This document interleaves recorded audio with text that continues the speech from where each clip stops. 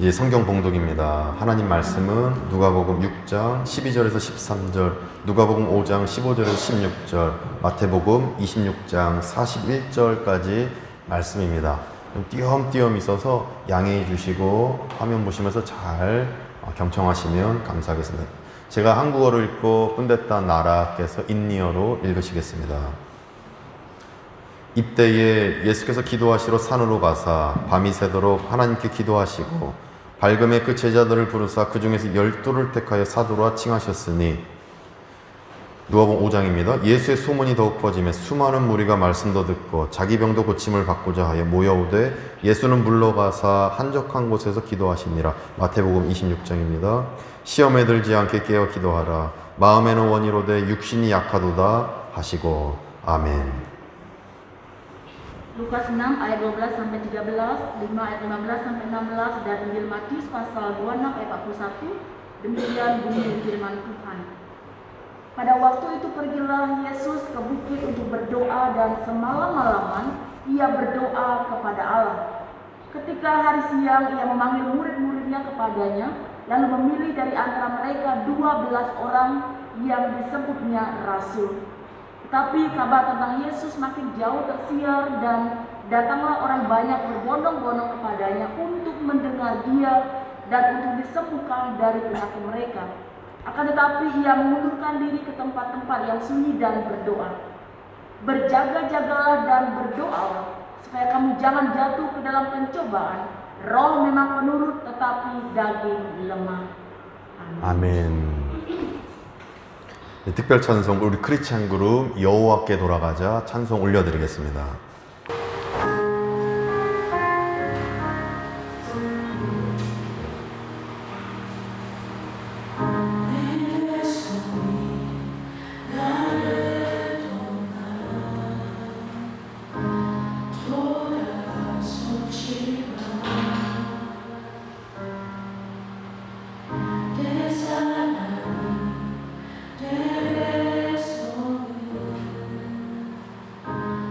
Oh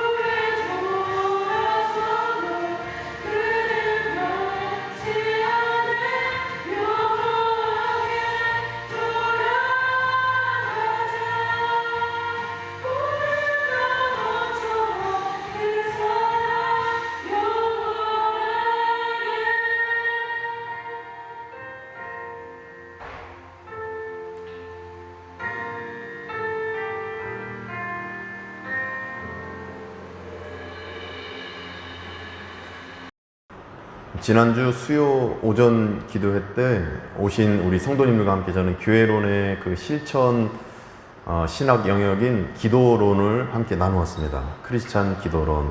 주일에 오신 우리 성도님들과도 이거 한번 나눠야겠다 이런 감동을 받아서 이 시간 나누고자 합니다.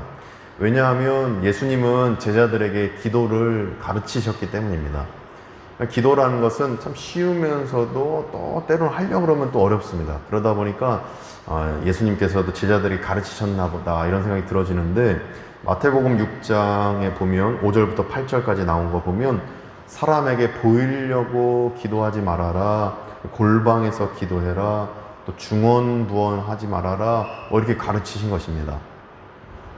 중언부언이라는 것은 우리가 샤머니즘 좀 그런 분들 보면, 그 신봉하시는 분들 보면 계속 반복합니다. 막 주술적으로 뭐라 반복하면 자기가 믿는 그 귀신이 응답한다 이렇게 여기는 어떤 주술적인 부분을 하지 말아라, 이게 바로 중언부언하지 말아라 이것의 의미라고 생각할 수 있습니다. 그러면서 마지막에 예수님이 이렇게 기도해라, 주기도문을 가르쳐 주십니다.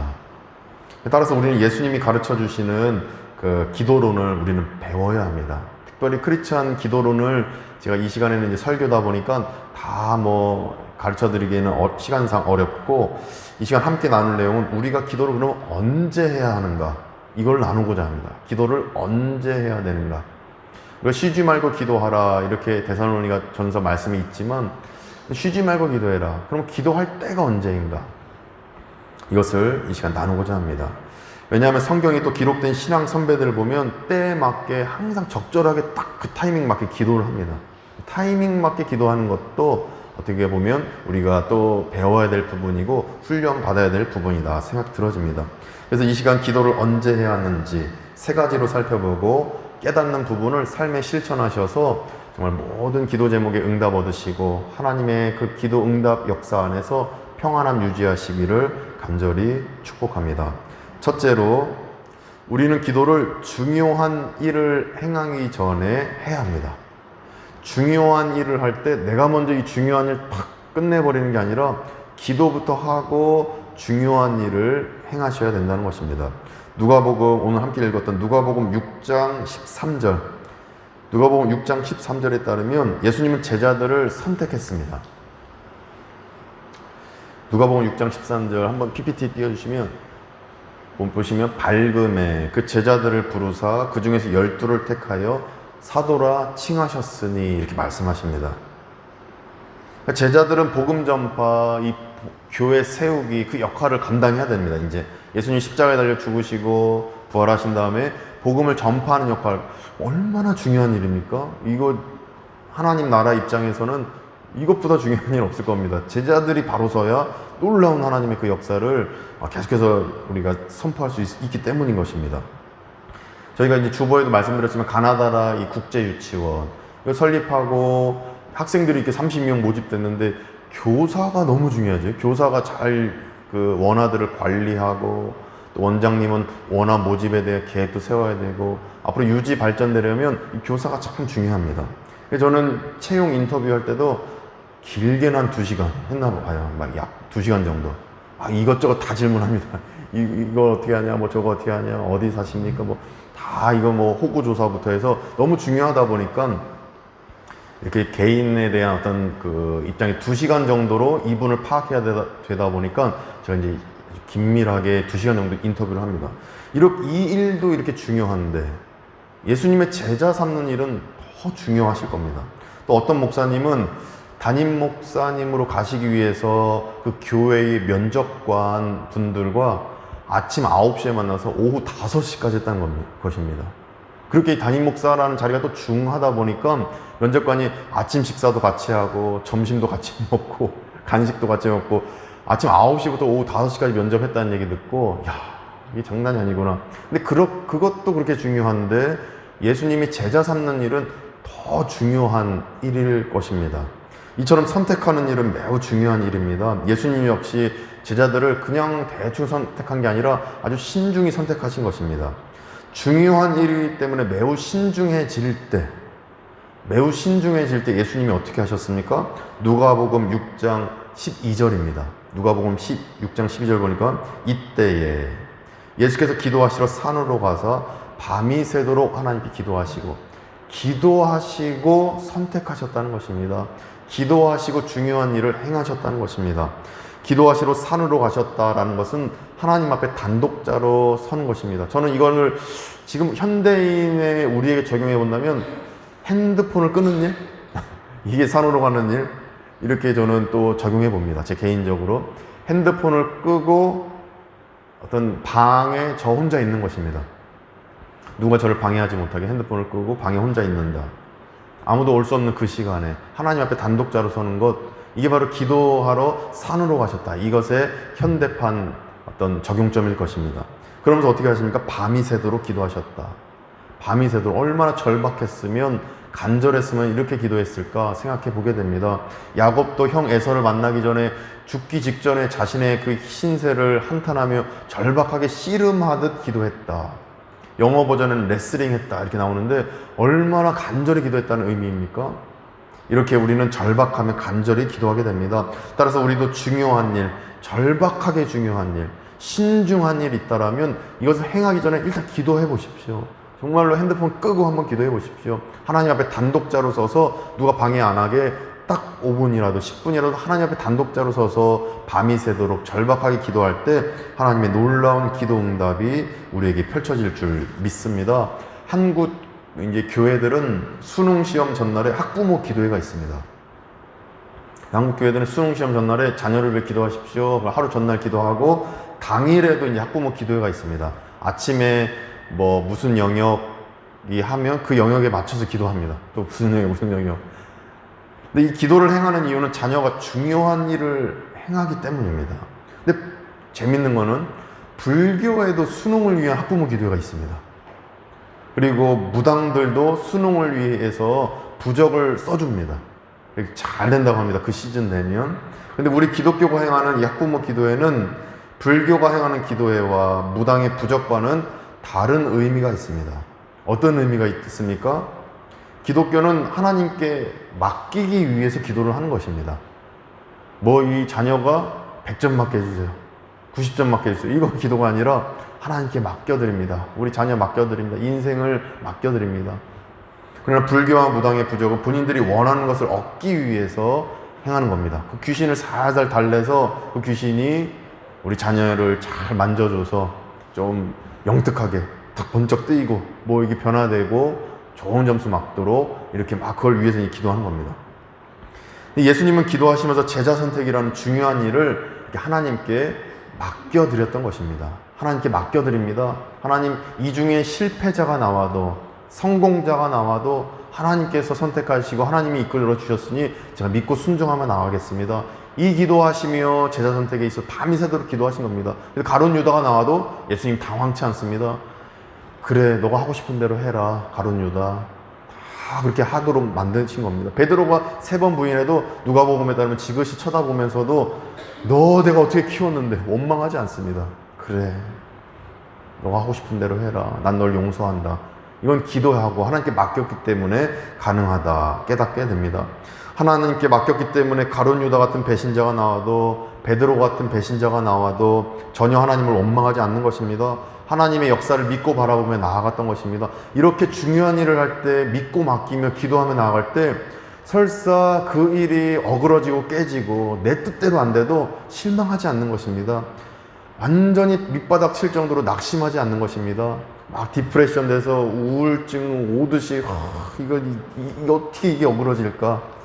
이 사람이 나한테 어떻게 이렇게 할 수 있는가? 이렇게 안 되는 겁니다. 중요한 일을 할 때 기도하고 하나님께 맡기며 나아갈 때 어그러져도 깨져도 우리는 잘 이겨낼 수 있고 마음의 평안을 유지할 수 있게 될 줄 믿습니다. 기도하며 나아갈 때 실패의 두려움은 잠시 찾아오는 두려움이고 결말은 하나님의 역사 안에서 성공인 것을 알고 있게 되기 때문입니다. 잠시의 과정은 실패가 두려워질지 몰라도 마지막 결말은 하나님의 뜻 안에서 합력하여 선을 이루게 되는 것입니다. 기도할 때 이것을 우리가 믿고 바라보며 나아갈 수 있는 것입니다. 따라서 기도하시고 중요한 일을 행하시고 기도하시고 신중한 일을 행하셔서 늘 평강 안에 거하시는 모든 성도님들 되시기를 간절히 축복합니다. 두 번째로, 우리는 기도를 매우 바쁠 때 해야 합니다. 기도할 수 없을 정도로 바빠도 기도해야 됩니다. 역설이죠. 야, 기도할 수 없을 정도로 바쁜데 어떻게 기도합니까? 근데 그렇게 해도 기도를 해야 된다는 것이 예수님의 입장이다. 누가복음 5장 15절에서 말씀하십니다. 누가복음 5장 15절 보니까 예수의 소문이 더욱 퍼짐에 수많은 무리가 말씀도 듣고 자기 병도 고침을 받고자 하여 모여오되 말씀하십니다. 예수님이 이제 병자들을 이제 고치기 시작하십니다. 수많은 무리가 몰려왔다. 다 카운슬링하고 다 병 고쳐주고 만나고 제자 양육도 하고 여러 가지 일을 엄청나게 하시는 겁니다. 그런 상황입니다. 엄청나게 바쁘셨을 것입니다. 당시에 아주 슈퍼스타였던 것입니다. 마가복음 4장에 따르면 예수님은 풍랑이 있는 상황에서도 배 고무를 베개 삼아서 주무실 정도로 바쁘셔서 아주 피곤하셨던 분입니다. 배 고물에 이렇게 머리를 대고 주무시는 겁니다. 그 딱딱한 나무 고물에. 그렇게 주무실 정도로 피곤한 상태에서 매우 바쁘셨을 때 예수님은 누가복음 5장 16절처럼 행하십니다. 누가복음 5장 16절 보니까 예수는 물러가사 너무 바쁜데 시간 있으면 기도해야지 이게 아니라 물러갔습니다. 시간을 내서 기도하신 겁니다. 바쁠 때 시간을 내야 됩니다. 야, 이것도 해야 되고 저것도 해야 되고 쏘레쯤에 이거 해야 되고 말람 때 이거 해야 되는데, 근데 바쁠 때 그래 쏘레 이 시간에 내가 시간 내야지 이겁니다. 그래서 물러가서 한적한 곳에서 핸드폰을 끄고 골방에 들어가서 기도하시니라. 바로 이 말씀인 것입니다. 이 말씀이 우리 삶에 실천되시길 원합니다. 종교개혁을 행하신 마르틴 루터 그 목사님은 바쁠 때 기도해야 합니다. 뭐 이렇게 얘기를 하셨다고 합니다. 예수님도 기도의 모범을 보여주십니다. 바쁠 때가 기도할 때인 것입니다.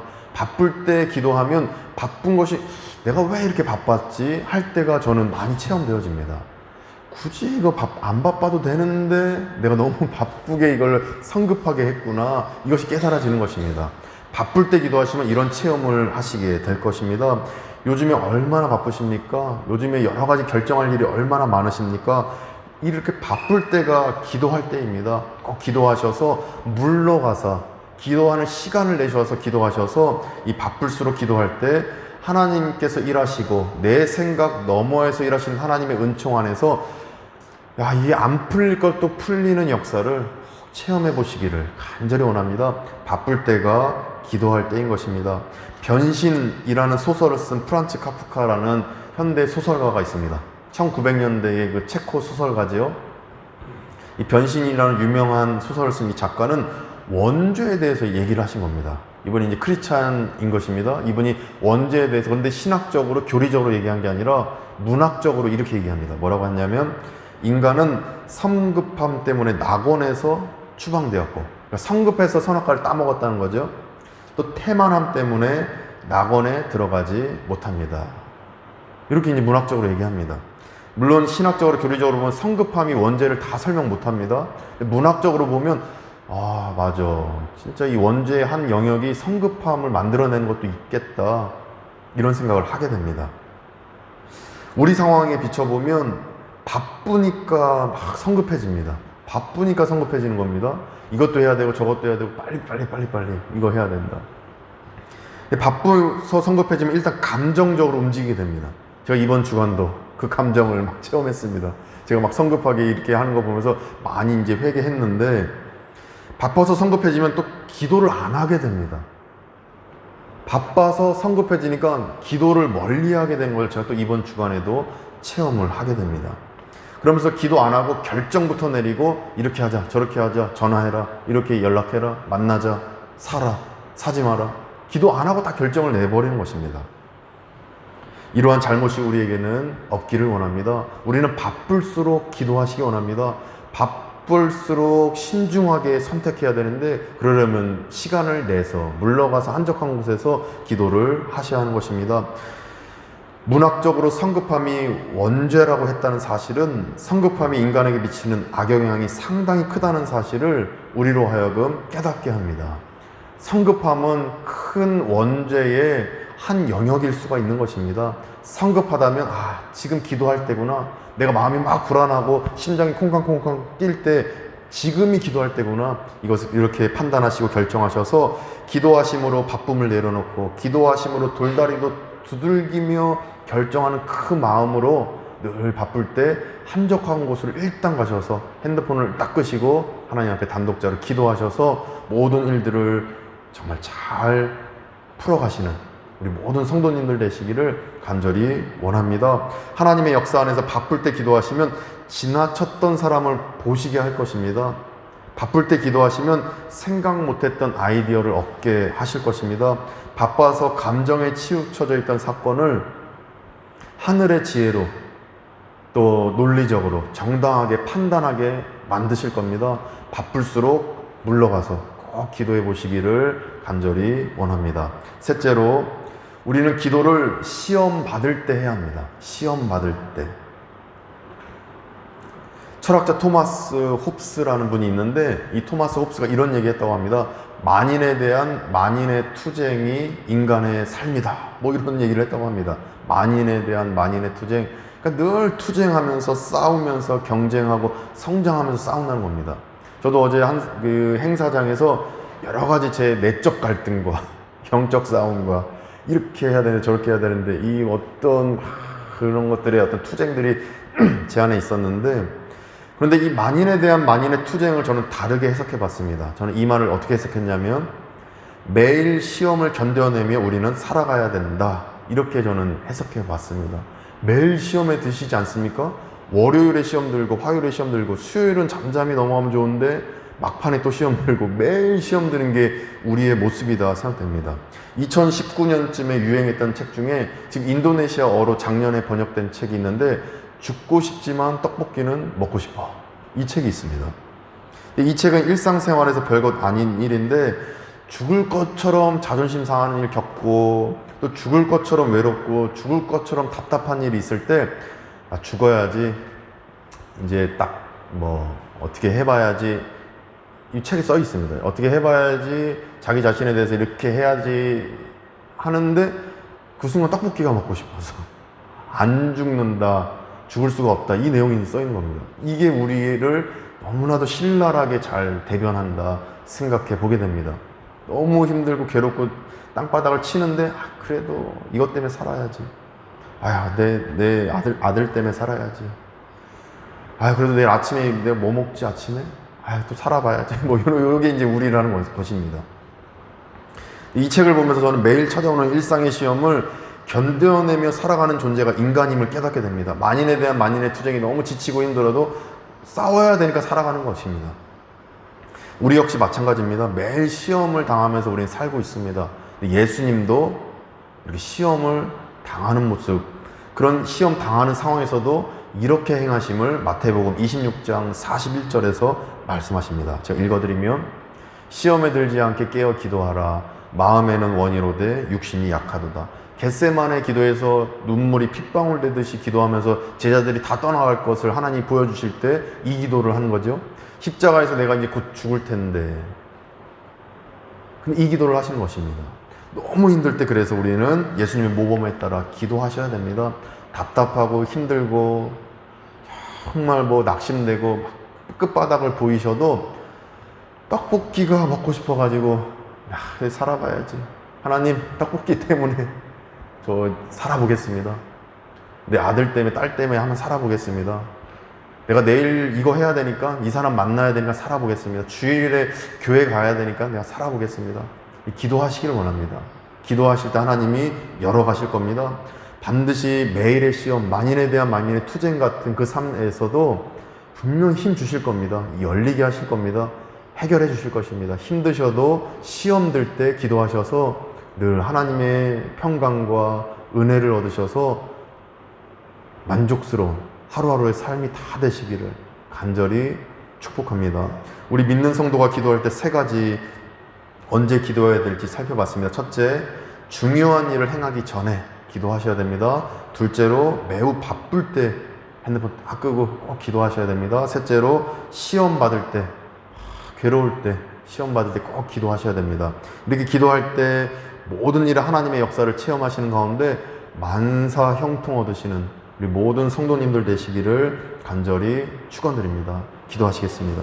거룩하신 하나님, 우리가 중요한 일 하면서 절박할 때, 결정할 때 기도하고 행하게 하여 주옵소서. 매우 바쁠 때 우리가 대충대충 빨리빨리 성급하게 감정적으로 판단 잘 내리지 않고 다 선택하는 것이 아니라 기도하고 그 시간에도 한적한 곳에 물러나 기도하고 우리가 행할 수 있도록 도와주옵소서. 시험 받을 때, 괴로울 때 기도함으로 우리가 다시 용기 얻고 힘을 얻는 우리가 될 수 있도록 도와주시옵소서. 예수 그리스도의 이름으로 기도드립니다. 아멘. 다 같이 일어나셔서 복음성과 주 은혜의 힘을 함께 부르시겠습니다.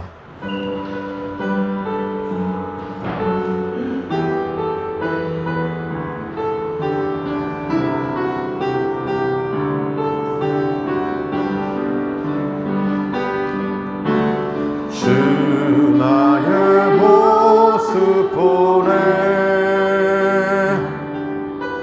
상한 나의 맘 보시네 주 나의 눈물 안에 홀로 울던 맘 아시네 주 사랑 내게 있네 주 사랑 내게 있네 그 사랑이 날 채우네 주 내게 있네